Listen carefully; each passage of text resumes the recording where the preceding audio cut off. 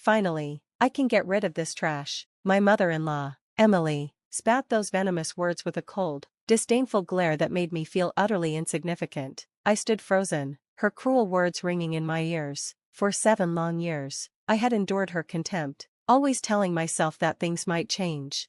But this morning shattered that fragile hope. When I told my husband, Mark, I wanted a divorce, Emily pounced with the full force of her bitterness, unleashing a barrage of insults that laid bare her true feelings. It was painfully clear I was never part of this family in her eyes. Desperately, I turned to Mark, clinging to the faint hope that he might defend me, that he might see the hurt in my eyes and stand by me. But instead, his icy words cut deeper than Emily's. "Mom's right," he said with a shrug. "You're useless, just leave already." His gaze mirrored hers, cold, unfeeling, final. In that moment, something in me shifted, a calmness swept over me, extinguishing the fire of humiliation and despair. It was as if I was finally seeing the truth that had been hidden in plain sight. 7 years of misery, 7 years of trying to prove my worth to people who would never see it. "I understand now," I said quietly, my voice steady despite the turmoil inside. "If even my husband doesn't see value in me, then there's no reason for me to stay. My presence here only causes harm, to me and to everyone else." It was the first time I truly felt the strength of my decision. Yesterday, I had reached out for help, sensing the end was near. Now, as if on cue, the doorbell rang. I ignored the hateful shouts behind me, Emily's and Mark's voices, blending into a single cruel cacophony. Calmly, I walked to the door, my hand steady as I unlatched the chain. As I opened the door, the shouting stopped abruptly, swallowed by a heavy silence. "My name is Sarah, I'm 33 years old, a stay-at-home mom. Life has never been easy, and my marriage was no exception. Growing up, I learned early that love could be fragile. My parents divorced when I was in elementary school, a moment that shaped my childhood. "I'm sorry, Sarah," my father had said one evening when I was just 8 years old. "From now on, your mom and I will live apart." I stared at him, confused and heartbroken. "But Mom and Dad, you get along so well," I protested. "Why would you say something like that?" My mom gently stroked my hair, trying to soothe me. "Sweetheart, it's already been decided," she said softly, "but we both love you very much. You'll stay with me, and Dad will visit whenever he can." Tears spilled down my cheeks as I clung to my father. "I don't want to be away from Dad. Will I ever see you again?" He hugged me tightly, his voice trembling. "Of course, you will. I'll always visit, I promise." Though I didn't fully understand why they couldn't be together, their reassurance comforted me. True to their word, my parents arranged regular visits. Despite living apart, I still felt like I had a family. We moved into my grandparents' house, where they helped raise me while my mom worked long hours. My grandparents loved me deeply, and they tried to fill the gaps left by my parents' separation. "Your mom isn't a bad person," they would tell me. "She loves you very much." "That's right," my grandma would add, "and we'll always be here for you, sweetheart." Their love was unwavering, but it couldn't completely fill the void. I didn't have the heart to tell them how lonely I truly felt. It would have broken theirs. Years later, my father explained their divorce. "Your mom and I loved each other, Sarah," he said, "but certain circumstances made it impossible to stay together." Knowing their separation wasn't born out of hatred gave me hope. Though I carried the wounds of that time, I believed that love could still exist, even when things fell apart. After graduating college, I got a job at a large department store, following in my mother's footsteps. I thought working in the same industry might help me understand her better. Even though our relationship often felt distant, I threw myself into my career, hoping to find clarity. 3 years later, the store's owner introduced me to his son, Mark. "Sarah, you're such a hard worker," he said. "I'd love for you to meet my son. Who knows, maybe you'll be perfect for each other." I was hesitant about marriage, but his insistence led to a formal meeting. Mark was set to inherit the family business, and his father saw me as an ideal match.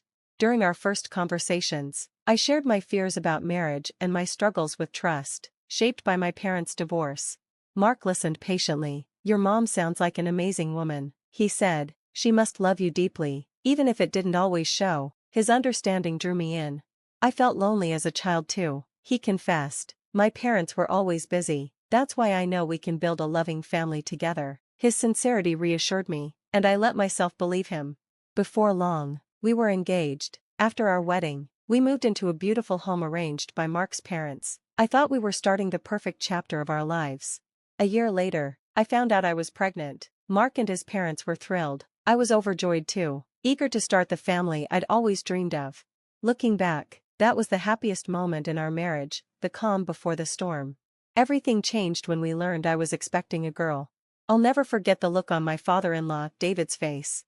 When I told my father-in-law that I was expecting a girl, his face darkened, and his demeanor shifted. It was as if he saw me as a failure. "A girl? Why couldn't you have a boy to carry on the family name?" he said, his words as cold as his expression. Until that moment, my in-laws had treated me kindly, but now, their warmth vanished, replaced by disdain.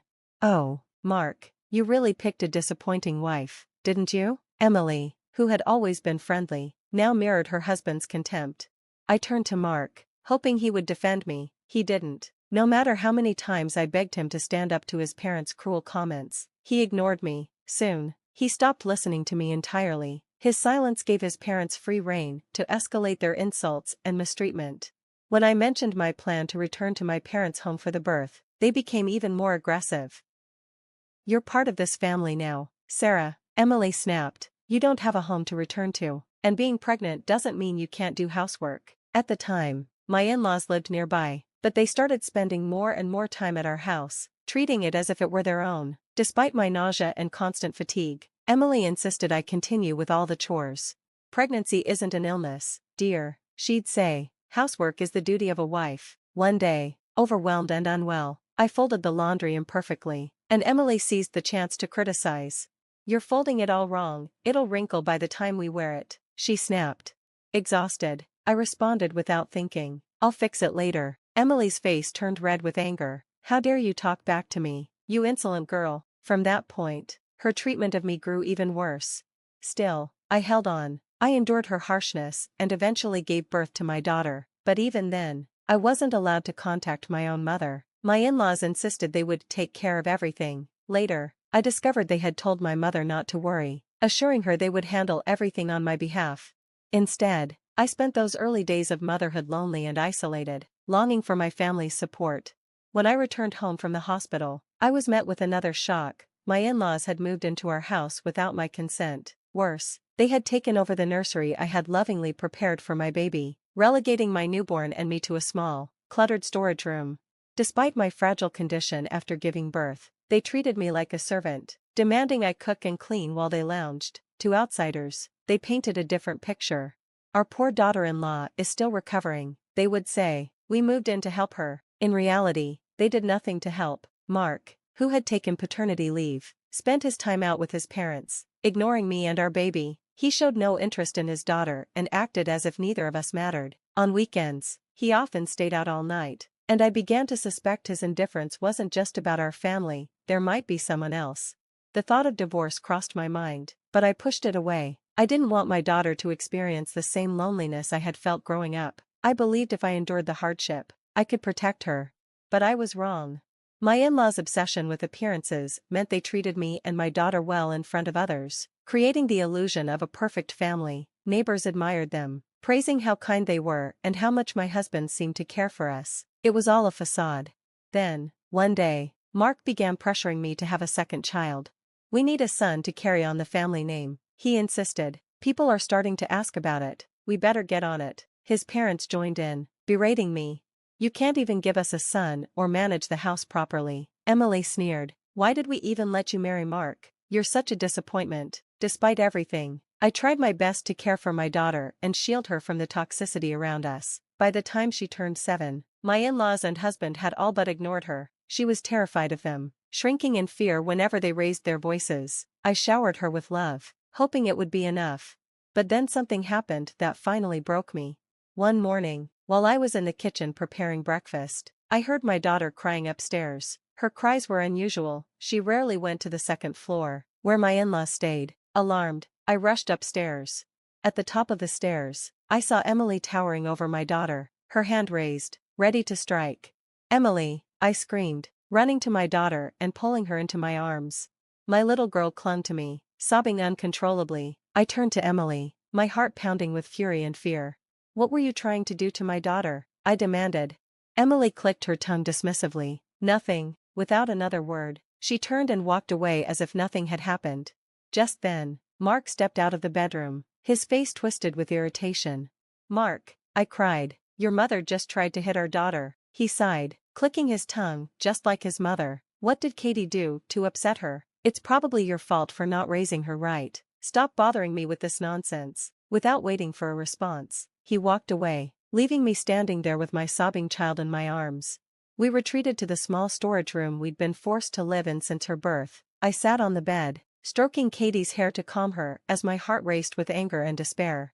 Sweetheart, what happened? Can you tell Mommy? Through her tears, Katie explained. Emily had called her upstairs, away from me, and threatened her. When Katie hesitated, Emily used a treasured possession, a handkerchief I had embroidered with her initials, as bait.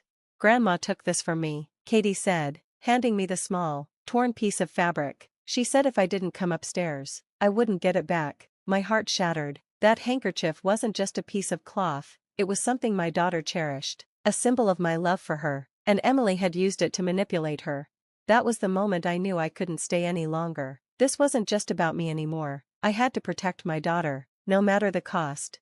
I hugged my daughter tightly, overwhelmed with relief that I had reached her in time. The thought of what could have happened if I hadn't made it chilled me to the core. That moment was a turning point. I couldn't let this nightmare continue. I couldn't keep subjecting my daughter to such a toxic environment.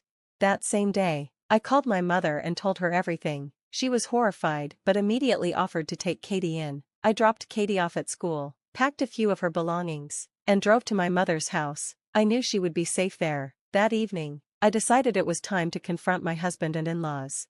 As I approached the living room, I heard their voices and froze. What I overheard made my blood run cold. You should have been more careful, Mom. This morning was too close. I didn't think Sarah would come running so fast, Mark said. I thought I had more time, Emily replied dismissively. Their tone was casual, as if discussing a minor inconvenience, not the horrifying reality of what they had tried to do. Well, if you're going to pull something like that, at least be discreet. We don't want anyone finding out, Mark added with a sneer. Maybe next time, we'll make her pull weeds in the heat. That'll teach her, Emily said with a cold laugh. My heart raced as the realization washed over me. They were conspiring to harm my daughter, and they didn't even care. All the years I had endured their cruelty, telling myself it was for Katie's sake, suddenly felt like a lie. My daughter deserved better than this. She deserved love, safety, and peace, none of which existed in this house. I made up my mind right then. It was time to leave. I called my father and told him everything. He was furious, but he promised to help. As I packed my belongings, I remembered a conversation I'd had with Katie that morning. Katie, would you be okay if Mommy and Daddy lived in different places? I had asked gently.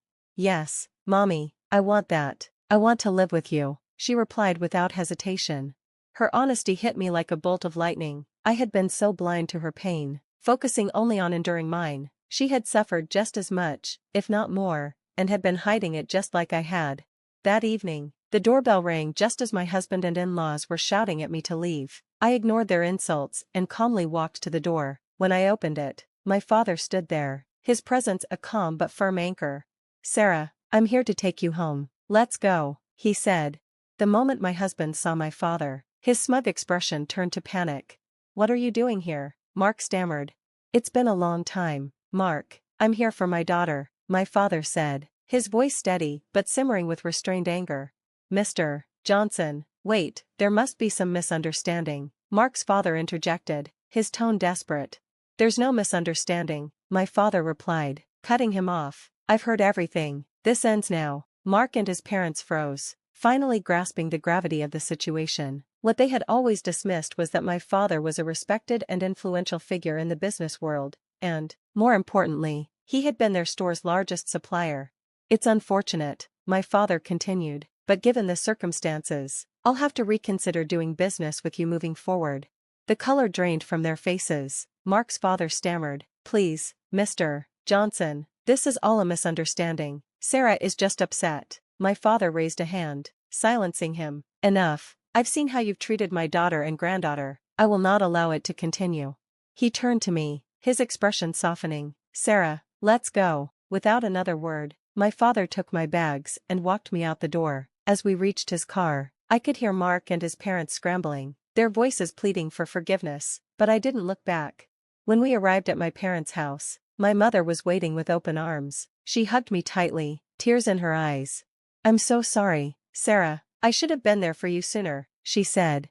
"No, Mom, I'm sorry. I should have come to you for help a long time ago," I replied, the tears flowing freely now. For the first time in years, I felt safe. My parents reassured me that everything would be okay. Over the next few weeks, my father helped me finalize the divorce, ensuring Mark would pay child support and alimony. Katie and I stayed with my parents during this time, and slowly, life began to feel normal again. Katie started a new school and quickly adjusted, making new friends and laughing in a way I hadn't seen in years. Meanwhile, I found a new purpose working for my mother's jewelry design business. To my surprise, I had a knack for design, and with her guidance, I began building a career. Months later, Mark tried to cause trouble one last time. He showed up at Katie's school, claiming to be her father and demanding to take her home. The school called me immediately, and I rushed over. When I arrived, I barely recognized him, disheveled and desperate. He looked like a shadow of the man I once knew. "Sarah, we need to talk," he pleaded. "I've lost everything, my parents, the store, the house. We can fix this, for Katie's sake." I saw through him instantly. He didn't care about us, he cared about regaining his comfortable life. "We're not getting back together, Mark. It's over," I said firmly. "You're making a mistake. You need me," he snapped, his desperation turning to anger. "I don't need you, Mark. I never did. Katie and I are doing just fine without you," I replied, and with that, I walked away. That was the last time I saw him. In the years that followed, Katie and I built a new life. She thrived in her new school, and I found success in my mother's business. One day, Katie told my father she wanted to travel the world with him. "You'll need to learn fluent Japanese first," he teased. "I'm already working on it, Grandpa," she replied with a grin. For the first time in years, our lives were filled with peace, love, and laughter. We were finally free, and that was enough for me.